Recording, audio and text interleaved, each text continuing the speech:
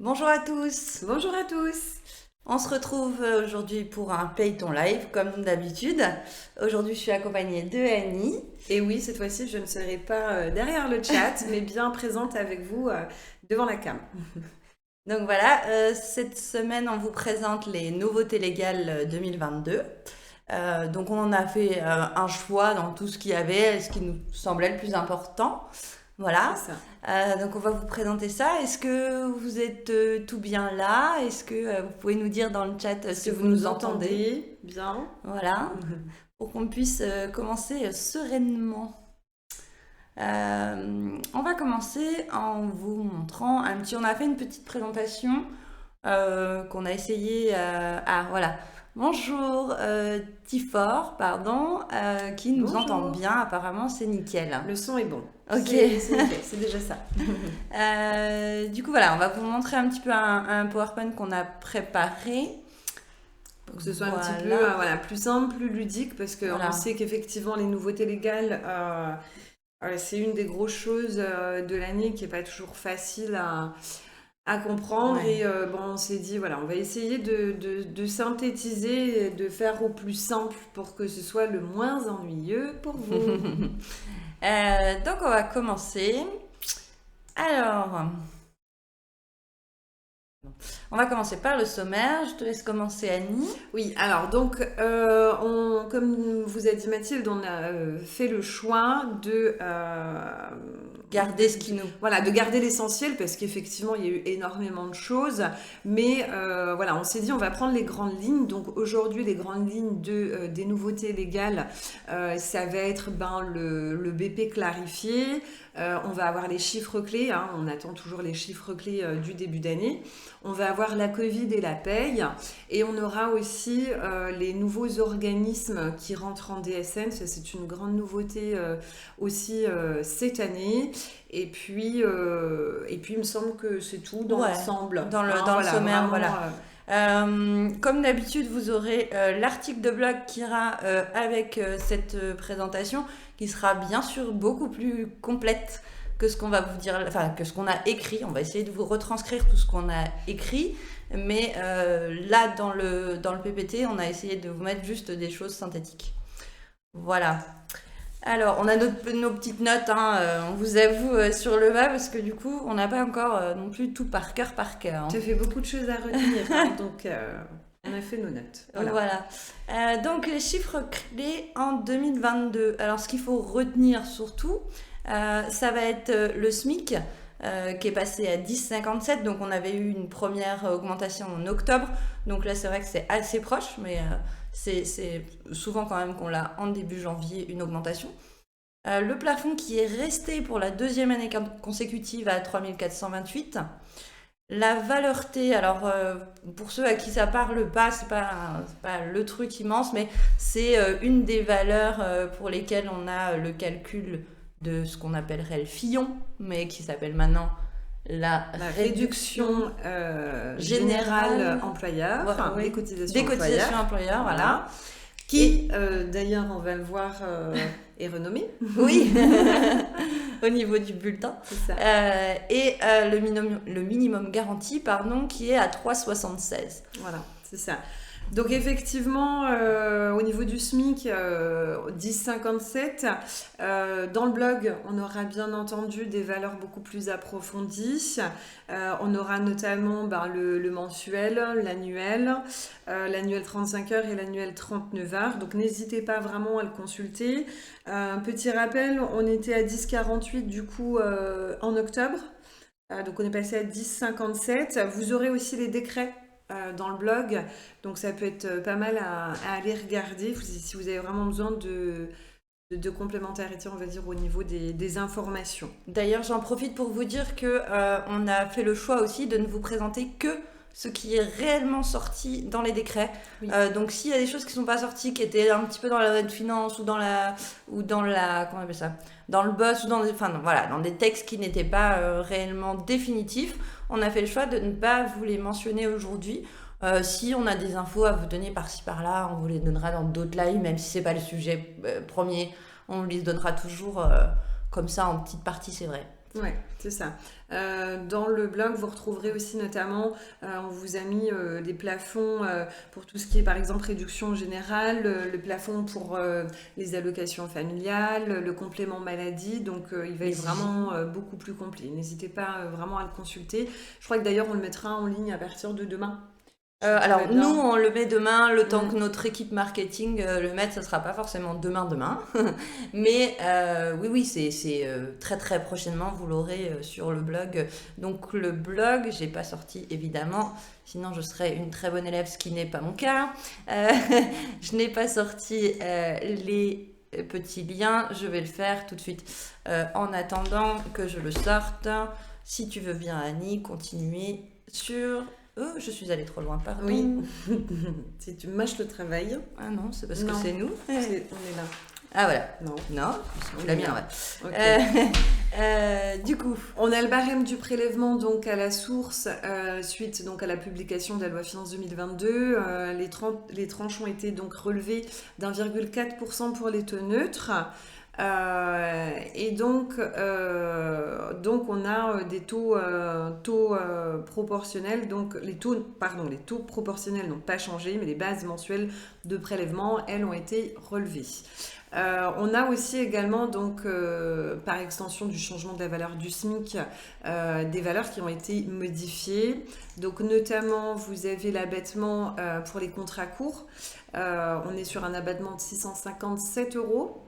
Et on a aussi également la fraction donc, excédente pour les apprentis et stagiaires qui est passée à 19 237 euros. voilà, alors pour ceux à qui ça parle pas, ces deux derniers chiffres, quand on est en contrat court, alors de mémoire c'est 2 mois, si je dis pas des C'est bêtises. ça. Ouais. Inférieur à 2 mois. Voilà, inférieur ou égal ou inférieur seulement. Inférieur Bon, à j'ai un petit doute, mais voilà, on considère que c'est un contrat court et donc lorsqu'il y a eu la réforme du prélèvement à la source, il a été demandé pour que ces personnes, comme elles n'ont pas forcément un taux personnalisé dès le départ, parce que les employeurs ne font pas l'effort, disons-le, de faire la demande à l'État du taux. Du coup, potentiellement, ils auraient des impôts à chaque fois qu'ils arrivent, qui n'est pas du tout proportionnel à leur activité. Donc, on fait un abattement de 657 uniquement si on n'a pas le taux personnalisé du salarié. Si on a un taux personnalisé, on ne met pas d'abattement.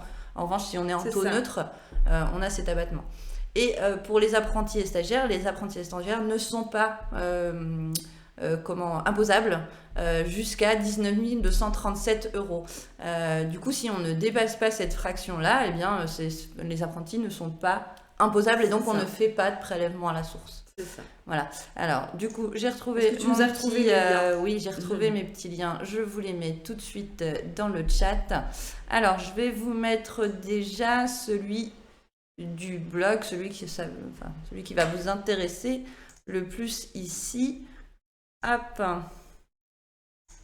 Pardon. Tac. Voilà.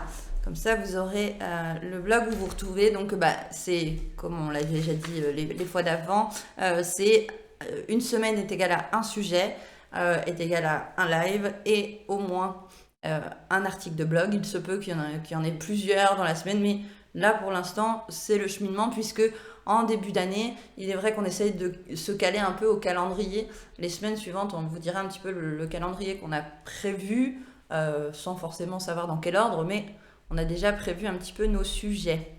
Voilà. Donc du coup, on a vu le barème. On va voir les avantages en nature cette fois-ci. Voilà. Donc les avantages en nature, on a l'avantage nourriture qui est passé de 5 euros par repas à 10 euros par jour. Alors là c'est pareil, on n'a pas mis tous les avantages en nature parce qu'il y en a beaucoup. On a mis les principaux. Donc les avantages logement, alors pas de changement pour les avantages en logement ni pour les avantages voiture. Il y a un petit nota bene pour les avantages en nature crèche. Mais ça, c'est uniquement dans le cas où vous avez une crèche sur votre lieu de travail.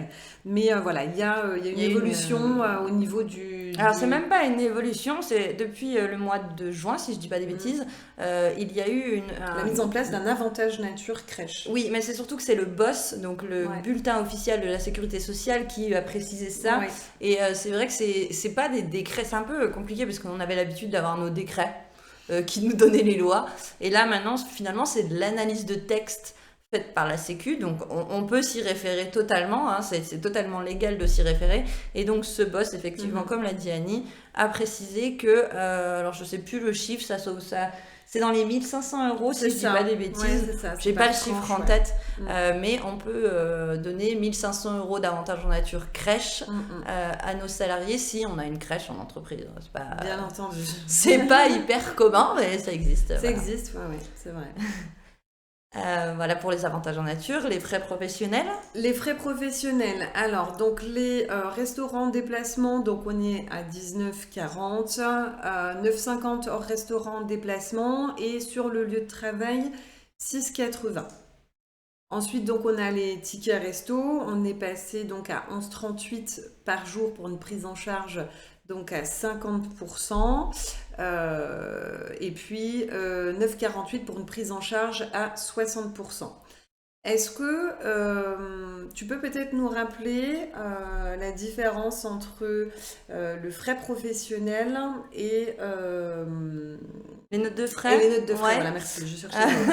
J'ai essayé de comprendre d'où tu voulais aller. Donc effectivement, des frais... Une note de frais, on va dire que si vous allez à l'hôtel, que votre entreprise a décidé que vous avez... Ou non, là on parlait de restaurant. Si vous allez au restaurant, que votre entreprise vous a dit vous avez le droit jusqu'à 25 €, ils ont le droit. C'est pas parce qu'on a cette règle de 19,40 € qu'on peut pas la dépasser en note de frais. Du moment où vous avez un justificatif en fait. Donc votre société, si elle a décidé que les repas chez vous c'est jusqu'à 25, sur justificatif, alors vous pouvez vous faire rembourser jusqu'à 25 € sur justificatif. Les frais professionnels, il n'y a pas besoin de justificatif. Donc, exemple, je vais une semaine à Paris et mon entreprise dit moi c'est frais professionnels, c'est pas note de frais, eh bien j'aurai le droit, alors en restaurant ou pas, ça dépend de mon activité surtout, j'aurai le droit à 19,40 ou 9,50 selon mon activité par jour de déplacement. On parle pas de grands déplacements, hein. Ça peut être, je sais pas moi, le village d'à côté, enfin j'exagère un petit peu, mais en tout cas que je n'ai pas la possibilité de manger à mon travail ou à mon domicile, alors je peux avoir 19,40 € par jour que j'aille ou pas au restaurant. Si je prends mon sandwich, en fait mon entreprise elle n'a pas besoin de le savoir et j'ai le droit à 19,40 €. Donc finalement, si on comprend bien, les frais professionnels, on est limité, hein, on a un plafond. C'est ça. Et c'est surtout que les frais la professionnels... note de frais, ce soir je vais avoir du mal. Et la note de frais, finalement, on est remboursé dans l'intégralité de ce qu'on a consommé. Voilà. Bien sûr, votre patron peut dire moi je limite quand même à ça. Oui, voilà. C'est une histoire de dépense. Vous n'avez peut-être pas le droit. Si vous lui ramenez 300 € de restaurant, je suis pas sûre que ça passe quand même. Mais bon, vous pouvez tenter. Hein. Et donc la dernière partie. Et donc ensuite on a les frais pro donc d'hébergement, donc par salarié, par enfant supplémentaire. On vous a mis également dans le blog, on vous a beaucoup plus détaillé les frais professionnels. Donc on a mis tout ce qui est logement aussi. Non, c'est les avantages en nature logement, exactement, qu'on a détaillé. Ah oui, d'accord. Ok, oui, c'est les avantages en nature logement. On a les repas grand déplacement en France métropolitaine. Je sais plus ce qu'on a mis juste après. Mais voilà, effectivement, comme le dit Annie, ça c'est dans le cas des frais d'hébergement. On parle pas d'hôtel. Hein. Ici, on parle bien de frais professionnels. Donc toujours pareil, on a un montant fixe qu'on dorme chez le voisin, votre employeur peut vous donner, par exemple ici, pour de l'hébergement provisoire, 77,20 € par jour dans la limite de 9 mois, effectivement. C'est ça. Donc, on a vraiment détaillé tous les tableaux et tous les types de déplacements, également par région, parce qu'il y a aussi la région parisienne qui a ces montants. Donc voilà, on les retrouve justement ici. Ça va être les grands déplacements. Donc quand on parle Ouais. de grands déplacements, je crois que c'est 150 km C'est ou ça, 1 c'est heure et au-delà. demie de transport en commun. Là, on va parler de grands déplacements et pareil, on va avoir des frais professionnels possibles en cas de grands déplacements. C'est ça, Hein. tout à fait. Alors j'ai vu un truc passer, dis-moi si je dis des bêtises, mais j'ai vu un truc passer aujourd'hui, donc c'est du total exclu. J'ai vu des choses passer sur un nouveau module qui existe maintenant dans Sage. Ah, tu parles du module note de frais. Ouais. Je l'ai vu passer et Ouais. franchement il m'a attiré mais comme un aimant. Je me suis dit Ça a l'air d'être pas mal avec un OCR intelligence artificielle. Donc ça veut dire quoi? ça veut dire que qu'on ça lit. scanne, Ouais. on scanne la Même note. pas, alors même pas. J'ai lu que c'était même pas du scan, c'était de la photo téléphone Ouais, c'est et ça. t'es même pas obligé d'être connecté à Internet. Ouais, en fait, C'est si j'ai bien assez- compris, c'est assez il ouf. faut avoir téléchargé l'application Ouais. de notes de frais sur votre smartphone. Vous prenez en photo donc votre note de restaurant et ensuite Ça lit. ça lit tout et ça intègre tout dans le module notes de frais. Et apparemment, ce module va et dans la compta C'est ça, et dans la et paye. dans la paye. Donc, Ouais. en fait, ça fait 4 choses qu'on fait plus. On fait plus de notes de frais. Enfin, le salarié ne fait plus sa de note de frais. Ouais, le Il y a gestionnaire de paye ne gère plus les notes de frais. Déjà, et en plus, il y a plus, généralement, comme on a des automatismes, etc., il n'y a plus de vérification C'est ou ça. la vérification est très rapide Ouais, de la part du valideur, Alors on va il peut dire. y avoir tout de même Une validation. validation. Mais Voilà. elle est- Mais elle n'est enfin, pas elle est automatique. simple, quoi. Elle n'est pas Elle est- automatique et voilà, soit le N+1 valide, enfin vérifie ou pas. Voilà, c'est vraiment Donc, la il y a possibilité ça, de choisir. Plus de saisie Mm. par le comptable dans sa compta Ouais, et plus de virements manuels à faire par la RH, quoi. c'est ça. C'est 4 choses en une. Ça, Et c'est top. alors, avis à mes chers amis de chez BLC, si vous pouviez prendre cet outil, ça Ça serait pas m'arrange. mal. Parce que, Surtout toi, hein, oui. voilà, ça. Non, parce que Mathilde a des petits problèmes avec ses notes de frais. mets Dédicace un à mois et Sana, demi. on pense à toi, hein, qui la relance très régulièrement. Mais je mets un peu 2 mois à faire mes notes de frais, donc c'est vrai Exact. que si je pouvais scanner avec mon téléphone, j'avoue que... ouais.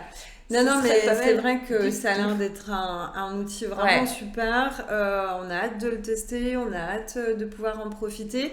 Et surtout, tu m'arrêtes si je me trompe, mais si j'ai bien compris, c'est vraiment un module à Ouais. part entière et on n'est pas obligé D'avoir de prendre, Sage, d'avoir... voilà, ouais, c'est ça. c'est apparemment un truc Ouais. assez... avant, c'est vrai que c'était des modules dans un autre, donc en fait, on était obligé de prendre toute la solution. Un logiciel, voilà, Ouais. c'est ça. Bah, pour c'est avoir quand ce on avait, module-là. comment ça s'appelait, je sais plus, la suite RH, ou je sais plus comment ils appelaient ça chez Sage, que j'ai jamais mis en place parce que j'ai toujours trouvé ça lourd, vu que c'était en dur. Mais là, franchement, donc ça fait partie du groupe de SEE, Sage C'est Espace ça, Employé, Tout à fait. mais on n'est Mais pas vous obligé n'êtes pas d'avoir. obligé de Voilà. l'avoir, c'est ça, effectivement. Ça, Ouais. c'est pas mal du tout, quoi. Donc je pense que ouais, ça va être vraiment un Ouais. bon outil et on a vraiment hâte de le tester. travailler et avec, travailler ouais. avec, Ouais. ouais, c'est sûr. Voilà, c'était la petite parenthèse de ce qu'on Voilà. on a vu aujourd'hui arriver dans nos mails et on a fait oh, trop Ouais, bien. ouais, non, ça a l'air d'être pas mal. Ça a Voilà. l'air d'être pas mal. Qu'est-ce qu'on avait donc pour la suite? On avait la saisie des rémunérations. Donc en tant que payeur, tout le monde connaît un petit peu la saisie des rémunérations. Si tu peux nous afficher que j'ai de quoi lire quand même. Donc pour appliquer une saisie sur rémunération, on est obligé de calculer une quotité saisissable qui elle donc se calcule sur le salaire net des cotisations. Et sur le montant retenu sur le prélèvement à la source. Vous êtes obligé en tant qu'employeur de laisser à votre salarié un montant qui va être égal au RSA, d'accord? Donc pour une personne seule, on est sur 565 € par mois hors Mayotte. Et puis par contre, pour pension alimentaire. il n'y a pas par personne à charge, voilà, du débiteur. Donc le seuil de rémunération sera augmenté de 126,66 €, d'accord. Pour les pensions alimentaires, on peut prendre la totalité, Voilà, on n'a pas voilà, c'est cette ça. Ça, c'est la problématique petite de RSA. différence, voilà, effectivement. En cas de pension alimentaire, la totalité du salaire est saisissable. Donc attention, messieurs, à bien payer Votre votre pension pension alimentaire. alimentaire. Ou mesdames. Ou mesdames, c'est vrai, c'est vrai. Dans Oui, quelques oui. semaines, on va faire l'égalité Oui, c'est femmes-hommes. vrai, c'est vrai, c'est vrai. Alors, soyons c'est ça, égalitaires. C'est ça, tout à fait. Donc là, vous pouvez retrouver donc, les tranches mensuelles de rémunération. Quotité saisissable sur la tranche 1/20, donc c'est jusqu'à 328 €. Et puis après, vous retrouverez donc les différentes tranches de quotité saisissable que vous pouvez avoir ici. Voilà, donc comme on l'a dit, hein, vous retrouverez tout ça sur le blog. On ne vous demande pas de les retenir par cœur. Non, c'est compliqué, voilà, parce que après la saisie sur rémunération, on a la taxe sur les salaires, donc on a un autre barème. Donc là, effectivement, Je ne sais pas ce qu'on a fait de nos fiches, comme on s'embrouille dans nos fiches comme d'habitude. non, Ça nous ressemble beaucoup. Elle est là, regarde. Là. Ah, c'est parce qu'elle est là. Et on l'a pas notée. Elle est là. Alors, la taxe sur les salaires. Pour les employeurs concernés, le barème de la taxe sur salaire est également revalorisé. Alors, pour rappel, la taxe sur salaire, c'est pour les entreprises qui ne payent pas de TVA.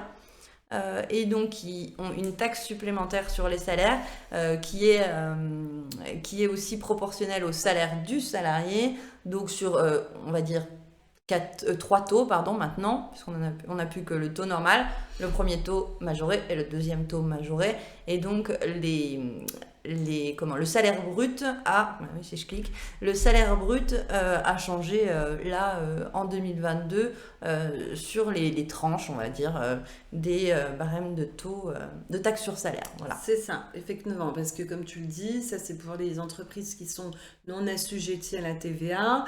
On est bien d'accord que s'ils ne payent pas de TVA, il faut payer quelque chose. Hein, bon. On va toujours taxer quelque part. Et bien là, c'est sur les salaires. Voilà. Alors, il y a une grosse nouveauté au niveau du bulletin clarifié. Je pense que vous en avez tous entendu parler. Il y a vraiment une grosse chose qui ressort, c'est le mouvement au niveau du bloc fiscal. On a le montant mensuel et annuel du net imposable qui doit être affiché. En fait, avant, tout était mensuel et là, maintenant, on a l'annuel qui... Alors, pour vraiment préciser qui correctement le texte, le net imposable n'était même pas obligatoire. obligatoire. On avait l'habitude de le voir, c'était quand même rare de voir un bulletin sans net imposable, on est bien d'accord, mais en fonction des bulletins, il était pas forcément mis à la même place, il n'avait pas la même police, il n'avait pas le même caractère. Aujourd'hui, ce net imposable doit être obligatoirement affiché dans votre bulletin au même titre que le montant du prélèvement à la source, c'est-à-dire qu'avec la même forme de police, avec les mêmes caractères, ça doit être tout au même endroit. On a un bloc qui a été imposé, quoi. C'est ça. Donc on a le montant mensuel annuel du net imposable, le montant mensuel et annuel du prélèvement à la source, et on a aussi également le montant mensuel et annuel net des heures supplémentaires et complémentaires exonérés. Et on a aussi au niveau du corps du bulletin, alors là c'est juste une question de libellé, on va dire, puisque avant on avait donc exonération de cotisation employeur, ce dont on parlait tout à l'heure, qui maintenant doit être appelé exonération, écrêtement et allègement de cotisation. On vous rassure, vous n'êtes pas obligé d'écrire tout ça sur la même ligne, mais attention toutefois, vous êtes obligé à respecter une certaine... vous ne pouvez pas raccourcir comme vous voulez, il faut qu'il y ait écrit exonération, écrète, allège, cotise. Voilà, ça c'est le début des mots qu'il faudra respecter. Comme d'habitude, voilà, faut changer des libellés. Enfin, il y a des trucs qu'on trouve utiles, d'autres non. Voilà. Aujourd'hui, dans cet écrêtement et allègement, on a les valeurs fiscales. Ils ont parlé d'y ajouter des valeurs salariales. On a fait le choix de ne pas en parler, de ne pas rentrer dans le sujet, puisque rien n'est acté encore pour le moment. Donc actuellement, là, à l'instant T, on reste uniquement sur des valeurs patronales. Voilà. J'enlève juste la webcam qu'on le voit tout comme il faut. Ouais. Du coup, voilà, on a le montant net imposable, voilà, tout ce bloc-là dont vous a parlé Annie, et cette petite mention nouvelle. C'est ça. Donc rien d'extraordinaire, mais encore une fois, notre bulletin change. Pour faire un parallèle avec les logiciels qu'on connaît, On a des logiciels sur lesquels ça va être un casse-tête de le faire. Et pour l'avoir fait, dans SagePay par exemple, je sais que ça va être un casse-tête parce que dans SagePay, on personnalise les bulletins en haut, en bas, etc. Et c'est rebelote, il faut tout repersonnaliser. Donc c'est un peu la galère. Dans SBCP, non, parce que du coup la personnalisation est dynamique. Donc c'est fait par nos développeurs, par les développeurs Sage, et vous n'avez pas à intervenir manuellement. Et en plus, voilà, je crois que dans la mage de demain, il y aura des nouvelles zones qu'on peut saisir, mais on les saisit à un endroit et en fait comme ça reste tout le même bloc, il n'y a pas de personnalisation vraiment c'est comme si vous disiez dans Word je mets des champs, ça touche pas le corps du Word quoi. Donc, c'est pas des champs de fusion, c'est pas c'est juste une valeur. Si vous voulez modifier une valeur, vous allez modifier votre valeur et c'est tout. Mais là c'est vrai que on a une grosse pensée pour nos amis payeurs qui seront sur SagePay et qui vont devoir refaire tout leur bulletin à la mano. Et on l'a eu fait, on l'a fait au moment du prélèvement à la source. C'était une galère. Donc on sait ce que c'est. Et parfois on a des entreprises qui ont 3, 4, 5 personnalisations parce qu'ils ont 5 types de personnes chez eux, les cadres, les non-cadres, ceux qui ont des RTT, ceux qui n'en ont pas. Et bien c'est 5 fois à refaire le bulletin quoi. C'est ça.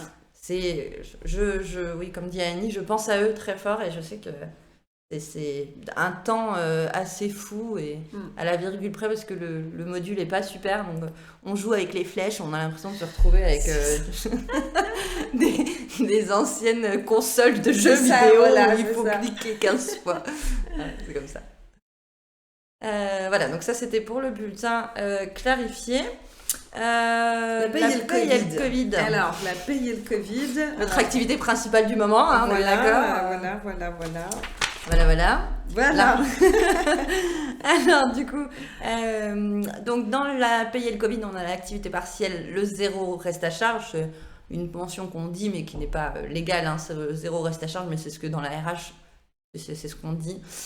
Donc, l'indemnisation partielle peut, dans certains cas, on rappelle, pas ici, mais vous avez l'habitude de savoir qu'il y a des zones et surtout je dis pas des zones, mais c'est pas des zones géographiques, c'est des zones des zones d'activité. Voilà, des zones d'activité. On a du niveau 1, niveau 2, niveau 3, si je dis pas des bêtises. Et donc, dans certains cas, on peut, et aussi on a selon la forme de l'activité partielle, je crois que d'ailleurs en ce moment, vu l'effervescence des écoles fermées et des choses comme ça, ça rentre dans le cadre, je crois, de cette activité partielle. Alors, je vais pas m'avancer parce que j'ai pas la certitude là-dessus, mais ça se pourrait fortement. Ça se pourrait probablement. Donc voilà, c'est pour ça qu'on a mis dans certains cas, et je vous laisse vérifier les cas parce que ça change tout le temps. Donc voilà, on peut être indemnisé à 70% pour le salarié, donc 70% brut, ce qui revient, quand on écoute l'État, à 83% net, mais c'est pas peut-être tellement réaliste. Et l'employeur est indemnisé sur le même montant. Donc en gros, c'est pour ça qu'on appelle ça zéro reste à charge. Le salarié est payé tant, l'employeur est remboursé de temps, ça ne coûte rien au patron. Oui. Donc alors là, si on est bien d'accord, c'est une prolongation jusqu'au 31 janvier. Pour l'instant, le texte dit que c'est prolongation. Le texte dit que c'est 31 décembre. Il y a 31 janvier, pardon. Il y a d'autres textes qui ont été prolongés jusqu'au 31/12 et il y a même des choses qui ont été ancrées dans les textes, comme par exemple les heures sup, les choses comme ça, qui étaient jusqu'alors pendant la période Covid. Alors on a le droit à ça. Aujourd'hui, il y a certaines choses, comme les heures sup, j'y pense comme ça, et les heures structurelles, les choses comme ça, qui sont rentrées dans les textes définitivement. Donc, même quand on sera plus en Covid, parce que on aura le droit. Un casse-tête. Ça a été un vrai casse-tête. Est-ce que ça avait été... les heures sup, pas les heures sup. Est-ce que c'était très compliqué l'année dernière. Et donc, ils ont refait un peu les textes. Mais pour cette condition de zéro reste à charge, donc de 70% salariés et donc remboursement identique, bien sûr il y a des limites, mais ça on les connaît, 3,5 fois le SMIC par exemple pour les cadres. Donc voilà, ce système là est pour l'instant que jusqu'au 31 janvier. Voilà. Donc, quels sont dans les cas, hein, par exemple, 3 types d'entreprises. voilà, Ouais, les qui entreprises sont, qui font l'objet de fermeture administrative, on pense par exemple aux discothèques en ce moment, totales ou partielles. Aujourd'hui, j'ai que en tête les discothèques, mais je pense qu'il y a peut-être des fermetures partielles ou je crois qu'il y a que les discothèques. en ce moment, je il me crois, semble, mais hein. ça peut changer demain. Euh, les établissements situés dans une circonscription territoriale soumise à des restrictions, pour l'instant, je crois qu'on n'en a pas. Et les personnes prises dans le cadre de l'état d'urgence sanitaire, si elles subissent une baisse d'au moins de 60% du chiffre d'affaires. Et le troisième cas, c'est les entreprises les plus affectées du secteur protégé et connexe, sous condition d'une perte de chiffre d'affaires qui est allégée. Avant, fallait avoir une perte de chiffre d'affaires de 80%, ce qui était énorme. Ça a été abaissé à 65%. Cette perte pour y avoir droit. Ah oui, c'est ça. 80, c'était quand même beaucoup. Du coup, les entreprises qui atteignent la période... Ah oui, il y a une deuxième chose. Les entreprises qui atteignent la période maximale d'autorisation d'activité partielle de 6 mois au 31 décembre, c'était la période maximale, se verront, pour recourir à l'activité partielle après cette date, neutraliser à nouveau toutes les périodes. Ça veut dire que les périodes antérieures, on va dire qu'on va les neutraliser, on aura de nouveau le droit à une autorisation, même si on a fini nos 6 mois au 31 décembre 2021. Donc on a une reconduction. Voilà, je vais y arriver. Donc en fait, en gros, voilà, même si on a déjà eu 6 mois en 2021, là on repart en janvier 2022, on peut de nouveau... Pas avoir les 6 mois, il y a des conditions, comme d'habitude. Il y a des mais trucs, on peut potentiellement de nouveau rouvrir tout à fait. Voilà. Okay. Ensuite, au niveau du Covid, on a les remboursements des tests Covid par l'employeur. Ça a été non pas fait par décret, c'est ce qu'on disait tout à l'heure, ça a été précisé par le boss, puisqu'il y a eu tout un volet frais professionnels. C'est d'ailleurs, on l'a dit tout à l'heure, avec les avantages en nature crèche, c'est dans le même volet. Et donc ce boss a fait ressortir l'information que les frais de test peuvent être qualifiés de frais professionnels uniquement si le salarié est soumis à l'obligation de présenter un test négatif et qu'il n'existe aucune alternative. Alors, je m'explique. Si aujourd'hui, je vais prendre le cas d'aujourd'hui, on ne peut pas prendre le train sans passe vaccinal, maintenant on dit. Donc, si le salarié n'a pas... maintenant on peut même plus, en fait. Je dis des bêtises, parce que maintenant c'est passe vaccinal. Donc, tu as même plus test PCR. Oui, mais dans certains cas, tu es obligé d'avoir et ton passe vaccinal et ton test. Par exemple, pour partir à l'étranger. Voilà, donc là, ça rentrerait effectivement dans ce cas-là. Si c'est un déplacement professionnel que votre employeur vous oblige, alors à ce moment-là, parce qu'il faut bien le savoir, c'est qu'il y a des fois dans des aéroports, les tests peuvent monter... très cher, jusqu'à dans d'autres pays. Voilà, je crois que la Suisse, ça doit être 180 francs suisses. L'Espagne, moi je l'ai fait, 125. Voilà, 125. Donc là, c'est quand même bien qu'effectivement ces tests, et c'est même normal, je dirais, que ces tests-là soient remboursés, puisque c'est un déplacement professionnel, effectivement. Voilà.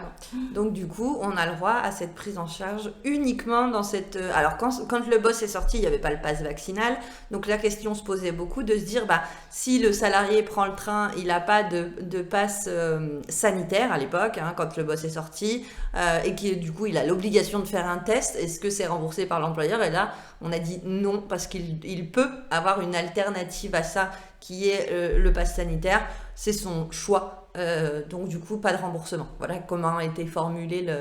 Mais maintenant, c'est vrai que maintenant qu'on est au pass vaccinal, de toute façon, on ne peut plus prendre le train sans test PCR, donc, sans pass vaccinal. Donc, la question se pose plus dans ce cas, en tout cas. C'est ça, ce serait vraiment pour des déplacements. Des voyages à l'étranger maintenant. Et donc effectivement, on est bien d'accord que ces frais-là seront remboursés, on va dire, sous forme d'avantages en nature. Non, de frais professionnels. Avantage en nature, voilà, frais professionnels. Parce qu'on est bien d'accord qu'un avantage en nature, c'est ce qui se passe en brut et qui est finalement juste on paye des cotisations. Là, c'est du net, pas de cotisation dessus, rien du tout. Ouais. Et d'ailleurs, oui, tu fais bien de le dire. Si jamais l'employeur le rembourse, à la limite, et puis qu'on n'est pas dans un schéma de le salarié n'avait pas d'autre alternative, hein, puisque c'est ça que dit le boss. L'employeur peut rembourser. On ne dit jamais qu'on n'a pas le droit de rembourser un salarié sur ce qu'on veut. Mais par contre, cotisable. Pour vouloir quand même. Mais finalement, cotisable comme si vous lui donniez une prime en fait. C'est ça. Voilà. Donc c'est juste rebrutalisé, quoi. Donc voilà, c'est comme une prime. Alors on passe au dernier volet. Qui est les nouveaux organismes qui rentrent en DSN. Alors on a tout d'abord les contributions formation. Oui, donc en fait ça avait été annoncé fin 2021 qu'il allait avoir un mouvement au niveau de la taxe d'apprentissage et de la formation professionnelle. Donc ça allait être pris en charge, le paiement serait pris en charge par l'URSSAF. Donc ça a été confirmé. À partir de janvier donc 2022, c'est auprès de l'URSSAF qu'il conviendra maintenant de s'acquitter de ces contributions. Alors on inclut également le 1% CPF CDD. On reverra la petite particularité sur le CPF CDD parce qu'il y a deux types de contrats qui seront sortis de la loi. Voilà, c'est ça, non exonérés. Et puis on verra aussi notamment les petites précisions par rapport au paiement principal de la taxe d'apprentissage et par rapport au solde. Parce que ça va se payer en deux fois. Voilà. Alors, juste, je précise deux choses. La première, dans cette annonce qu'il y avait au départ, il avait été annoncé que l'Agir Carco devait aussi passer dans l'URSSAF. Et ça ne s'est pas fait. C'est pas pour maintenant. Voilà. C'est donc, pas dit il y a des phases de test. Pas. Non, ça ne sera pas là. Pour l'instant, c'est 2023, c'est ça. Avec des possibles phases de test par les clients qui le désirent sur 2022. C'est ça. Pour l'instant, c'est repoussé à 2023. On verra si c'est pas 2023, 2024. Je pense que c'est pas plus mal en même temps. Pas tout d'un coup. Voilà, pas tout d'un coup. On a déjà eu la DOETH l'an dernier. Voilà, c'est ça. Bon, on va y avoir la date prochainement qui va arriver. Ça fera l'objet d'ailleurs d'un de nos prochains live. FCTU. Voilà. FCTU, oui. Voilà. Donc, et donc d'ailleurs, la FCTU. Du coup, là, j'en profite aussi. Donc ça, c'était la première mention. La deuxième, c'est que là, on va vous donner juste des petites choses. On va pas rentrer dans le détail de techniquement comment on fait pour faire cette contribution formation. Là, on parlait de veille légale. Donc, on va vraiment aller là-dedans pour le côté comment on met en place, par quel CTP, comment ça se traduit en DSN, etc. Ça, on vous fera un live. Alors, on n'a pas encore décidé si c'était la semaine prochaine ou la semaine d'après. Live et voir même tuto aussi. Tuto et évidemment, voilà. Tuto SBCP, ça c'est sûr. Live et blog pour vraiment vous donner l'information plus précise, mais on ne pouvait pas tout faire en une fois, quoi. Donc finalement, on va continuer de s'acquitter des contributions de la masse salariale de 2021 donc auprès de l'OPCO, d'accord. Par contre, pour tout ce qui est masse salariale à partir de janvier 2022, ça sera intégré directement donc dans les cotisations URSSAF et au même titre que les cotisations URSSAF mensuelles. Finalement, ça sera intégré directement dedans. Donc la contribution 1% CPF, on en a peut-être l'habitude. Tu veux... Non, tu veux que je le fasse? Ah, d'accord. Je ne sais pas, comme tu veux. La contribution 1% CPF, donc ça c'est pour les CDD, les contrats courts. Donc aujourd'hui, on a deux catégories de contrats qui ne sont plus exonérés à partir de 2022. De mémoire, on en avait 5. Voilà, c'est ça, 5. Il y en a 2 qui sont enlevés. Alors ça, c'est quels que soient les effectifs. Donc les entreprises qui versent une contribution CPF, CDD pour financer donc le compte personnel de formation des salariés qui sont en CDD ont un taux de 1% à appliquer aux revenus d'activité, d'accord, sur le calcul des cotisations sociales. Et donc là, maintenant, on a 2 types de CDD qui vont échapper à cette contribution. C'est les CDD qui seront suivis donc d'un CDI et les CDD qui rentrent dans le cadre d'un cursus scolaire pour les jeunes. Alors attention parce que dans les contrats exonérés, vous avez encore les contrats d'apprentissage Oui. et de C'est pas considéré de, comme prof- des... Voilà. de contrats pro. Mm. Et ça, c'est des contrats qui sont encore Qui sont exonérés, exonérés. qui ne font pas partie des contrats cursus scolaire. Donc attention à bien faire la différence C'est là-dessus vrai, et à j'avais pas pas vous pensé. dire ouais, ça c'est un contrat pro, il est plus exonéré. Non, non, pas du tout. Hein. Voilà. Juste pour préciser pourquoi aussi ils font ça, parce que c'était difficile. Comme avant on était en annuel, un CDD qui passait en CDI, c'est pas très grave, parce que de toute façon, à la limite, comme c'est un truc à payer à la fin, on regardait tous ceux qu'on prenait ou qu'on prenait pas, et on savait bien qui c'est qui avait fini en CDI. Là, le problème, c'est que comme on règle en mensuel, il a été décidé qu'on ne pouvait pas revenir sur une cotisation. On ne peut pas l'amoindrir, cette cotisation. Il n'y a pas de négatif. Et donc, du coup, on ne pouvait pas se dire, tous les mois, je paye le 1%, et puis finalement, je l'embauche en CDI, et puis tout ce que j'ai payé avant, du Qu'est-ce coup, qu'on je en le fait reprends. Ah oui. Parce que c'est ce qu'on faisait Oui, avant, oui, c'est ça. on va dire, dans la paye. Là, c'était compliqué avec un paiement mensuel de le faire, donc du coup, il a été décidé qu'on n'avait plus cet exo, ce qui était un peu dommage, parce que ça faisait partie un petit peu aussi des leviers pour pouvoir embaucher quelqu'un. Tout à fait, C'était c'est pas ça. énorme, mais ça faisait pencher un petit peu. Il y avait un petit poids de plus quoi dans la balance. C'est ça.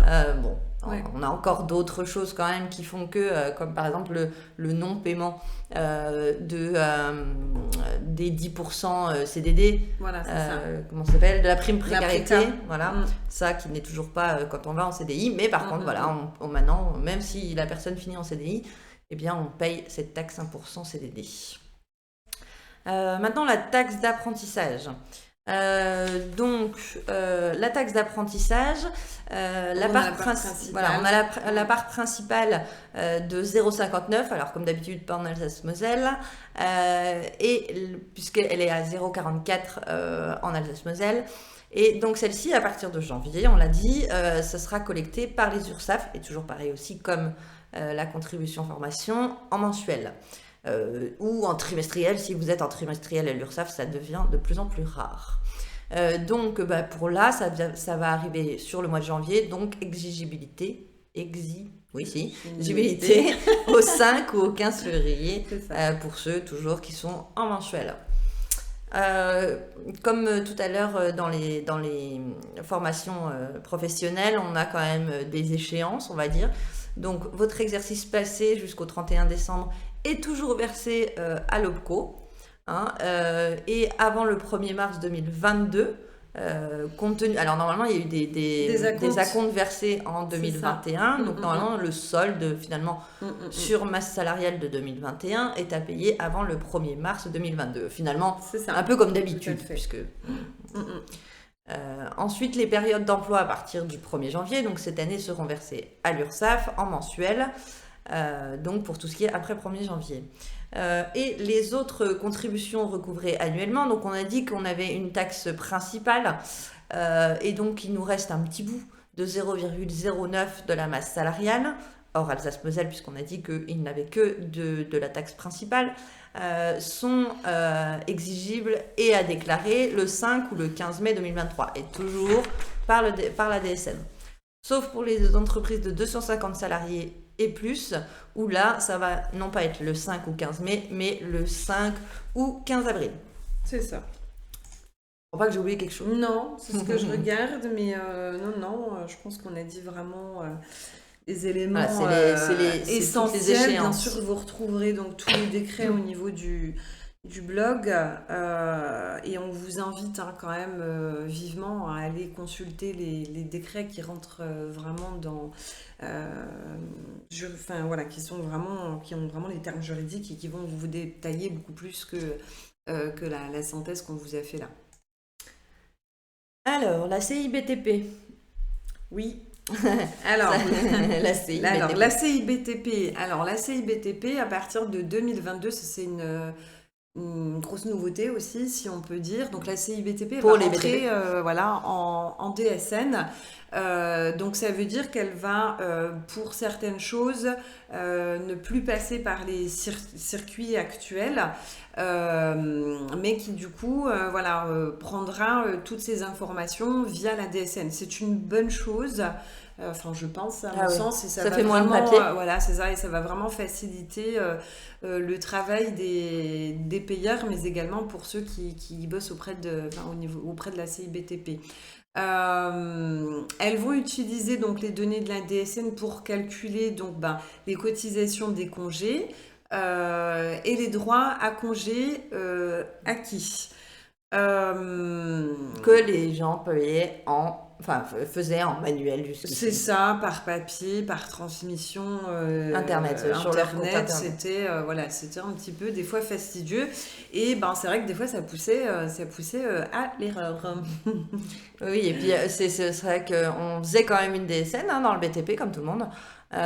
Mais en plus de ça, on faisait cette déclaration, enfin ces déclarations au pluriel, en plus de la DSN. Donc c'était double boulot. Maintenant, il y a un petit peu plus allégé. Ouais, il y aura quand même donc une tolérance pour la DUX, pour le premier trimestre 2022, si vous avez un compte de créé avant le 1er novembre. Avant le 1er novembre, voilà. 2021. 2021, bien sûr. Et de ce fait, donc, par contre, faites bien attention parce qu'à compter du 1er juin 2022, vous n'aurez plus possibilité Rien, il y a de plus vous d'accès. connecter ou d'accéder à l'historique de vos déclarations. Donc ça, je pense que c'est vraiment deux dates à retenir. Vraiment. Donc ce qu'on appelle DUX, rappelons-le, c'est le paiement des cotisations. Comme on avait avant la DUX sur SAF, il y avait aussi la DUX. Ah d'ailleurs, j'ai fait une jolie coquille. CIBTP. Non, CIBTP, c'est mieux. Grave, on avait compris. Et donc voilà, c'était les cotisations, la DUX. La DNA, c'est la déclaration nominative annuelle, voilà. Et les périodes d'interruption d'activité aussi vont aller en DSN maintenant. En revanche, il en reste qu'on va faire manuellement. On va rester toujours sur le même circuit qu'actuellement, notamment pour les demandes de congés, les déclarations d'intempéries. Pour le moment, voilà, c'est les deux seules choses qui vont rester comme ça l'est maintenant. Voilà. Je pense que ça viendra, mais... c'est-à-dire qu'aujourd'hui, il n'y avait pas dans la DSN des cases possibles. En fait, pour faire les demandes de congés. Et en plus, faut déjà être sûr que la CIBTP reçoive les informations correctement. Parce que autant, on arrive toujours à discuter avec les organismes quand il s'agit de paiement de cotisation, ils sont moins pressés. Enfin voilà, il y a toujours des tableaux possibles, etc. En revanche, si vous payez pas le salarié alors qu'il a été en vacances et que lui, il a été retiré sur son bulletin son montant de congé, si la CIBTP ne paye pas les congés, là on va rentrer dans une problématique. On paye mal ou avec des erreurs. Donc je pense qu'il faudra être vraiment vigilant sur voilà, mais c'est pour ça que pour l'instant, les demandes de congés ne passent pas dans la DSN aussi, puisque il faut déjà un premier jet qui soit juste. Ouais. On va être très très vigilant sur les résultats. Je vous conseille vraiment, puisque la CIBTP est assez simple d'accès au niveau appel, mail, etc. Répondre très rapidement. C'est très réactif. Donc je vous conseille vraiment à la limite de même faire un bilan avec eux en milieu d'année. Par exemple au bout de 6 mois, pour voir s'ils ont bien tout reçu, si vous n'avez pas de problème de paramétrage, parce que vous le savez, quand il faut faire de la rétroactivité, c'est compliqué. C'est toujours un petit peu compliqué. Il vaut mieux être d'équerre rapidement et régulariser une année, c'est compliqué. 6 mois, c'est un peu moins. Essayez de faire le point avec votre CIBTP, c'est vraiment... Même 3 mois, ça peut être même 3 mois. Ouais. Surtout que dans les 3 mois, il y aura encore la DUX possible pour corriger. Ouais. Donc c'est vrai c'est mieux, même 3 mois comme ça, avec la DUX, on se vient des petits soucis et il y en aura, c'est normal quand on passe par un nouveau système, je veux dire, la faille n'est pas impossible, donc n'hésitez pas à contrôler. Voilà. Vraiment. Et ben voilà, on a fini. Déjà. Et oui. Franchement, vous avez vu, finalement, la veille légale, c'est vrai, on a synthétisé quand même. Hein. On a des heures de recherche pour pouvoir vous faire... c'est ça, mais finalement, c'était pas si longué. Enfin, en tout cas, on essayait de faire en sorte que ce soit le plus sympathique pour vous. Encore une fois, on n'est pas rentré dans les petites lignes, mais voilà, retrouvez le blog, n'hésitez pas à aller le consulter, il sera beaucoup plus détaillé. D'ailleurs, sur le blog, si vous avez des questions, vous avez une partie commentaires sur laquelle vous pouvez écrire. On le reçoit directement, Annie et moi. Donc, c'est Annie et moi qui répondront à vos questions. Si vous en avez, elles sont le bienvenu vraiment. On a remis, comme d'habitude, un petit SBCP les avantages, surtout là, en termes de veille légale. Une mise à jour légale et conventionnelle, toute seule, on n'a rien à faire dans SBCP, un parc informatique réduit, un accès à l'application facile, on est autonome sur la partie RH et on a des modules de congé en option et on l'a dit, un module de frais. Celui-là, je le veux. Ça c'est sûr, faut l'essayer. Et voilà, le logiciel standard du marché, ça c'est sûr. Voilà. On vous remercie d'avoir pris. Pardon, excusez-moi. C'est moi. Tu me mets déjà la musique de fin. Pardon. Tu me mets dehors, quoi, en fait. En gros, non, c'était un mauvais clic. Pardon. Okay, non, on va juste vous montrer un petit coup, si je retrouve mon écran, les logiciels quand même un petit peu, histoire de voir ce que ça donne. Si ça veut bien s'ouvrir, ça serait bien. Tu veux montrer Oui, je voulais aussi montrer SetchPay, mais voilà. Tu sais qu'il est 17h50 à cette heure-là, c'est peut-être un peu compliqué. C'est vrai. On va peut-être juste montrer du SBCP parce que, je vais être honnête avec vous, on a une mise à jour ce soir, donc je peux pas tout vous montrer, mais évidemment, dans SBCP, on a des choses quand même qui sont arrivées la semaine dernière, je crois. Donc, on a quand même 2-3 choses sympas. Je voulais au moins vous montrer le bulletin et vous montrer que... il n'y a pas tout. Oui, mais il y a le principal. Donc, le reste arrive ce soir à 21h. Voilà, c'est ça. On est un petit peu en avance de quelques heures, mais c'est vrai que... non. Je crois que n'importe quelle société. Donc on a la démo. L'avantage je voulais vous montrer SetchPay. Pourquoi? C'était pour vous montrer les innombrables nombres de feuilles qu'il faut lire pour pouvoir appliquer un paramétrage à peu près correct. Autant vous dire que ça prend des heures et des heures à mettre en place un paramétrage sur dans SetchPay sur SetchPay. Ouais, c'est ça. Alors que sur SBCP, finalement, nous, on attend les mises à jour, c'est fait, c'est là, et il n'y a plus qu'à. Voilà. Et donc, voilà, donc on a le nouveau bulletin sur SBCP où on retrouve nos 3 mentions obligatoires. Je suis au mois de janvier, donc forcément, il est égal en cumul de montant et d'annuel, mais évidemment, on a toute cette partie annuelle. Cumul annuel. Voilà. Et là, j'ai pas d'heure sup, donc voilà, donc elle n'est pas alimentée, mais elle pourrait l'être. Voilà.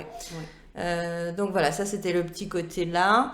Qu'est-ce que je pourrais vous montrer? Bon, après, dans tout ce qu'on a vu, il n'y a pas 40 000 trucs, mais... non, parce que le gros arrive ce soir. Ouais, non, puis les montants, etc.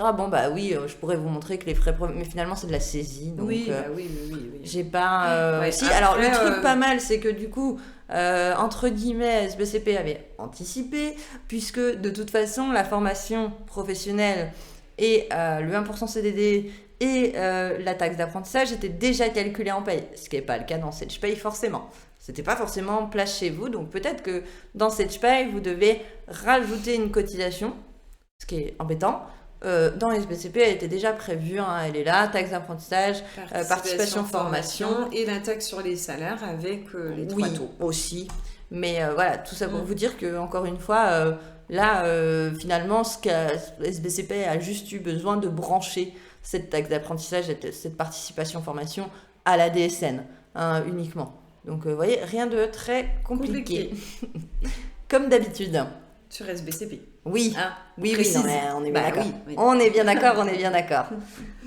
Voilà, écoutez, je crois qu'on a fait le tour. Il me semble aussi. Qu'est-ce qu'on voit prochain live? Alors, c'est ce que je disais, j'ai un doute. Alors, soit on fait les organismes là, formation professionnelle, etc., mais plus dans le détail de la DSN, soit on fait la nouvelle, la FCTU, ça peut être pas mal. Voilà, parce que la FCTU, c'est la nouvelle norme de déclaration Pôle emploi. C'est ça. Donc oui, pourquoi pas. Il y a peut être ça. Pas mal, ça. Et après, prochainement encore, il faudra absolument qu'au mois de février, on voit avec vous l'égalité femmes-hommes. Alors ça, c'est le sujet préféré de Mathilde. J'adore ça. Et non pas, c'est pas pour l'égalité, hein, c'est parce qu'il y a plein de calculs dans un Excel et que j'adore ça. Voilà. Et donc voilà. Moi, je pense que ça peut être pas mal. Après, voilà, il y a encore plein de choses à voir, plein de sujets, on en a plein la tête et vous, si vous avez des choses à voir aussi, s'il y a des sujets que vous aimeriez qu'on voit ensemble, n'hésitez pas à nous le mettre en commentaire dans les blogs ou voilà, n'hésitez pas, en tout cas on est vraiment ouverte aux propositions. Voilà, et je vous dis à la semaine prochaine. À très bientôt, même si je suis pas à côté de Mathilde, je suis jamais très loin. Voilà, vous voyez toujours dans le chat, donc voilà, en tout cas. Et tu nous fais des très beaux tutos aussi, donc sur la chaîne YouTube. J'essaye. Voilà. Vous retrouvez aussi Yanni sur la chaîne YouTube au niveau des tutos. Voilà. À très vite. À bientôt. Au revoir. Bonne soirée.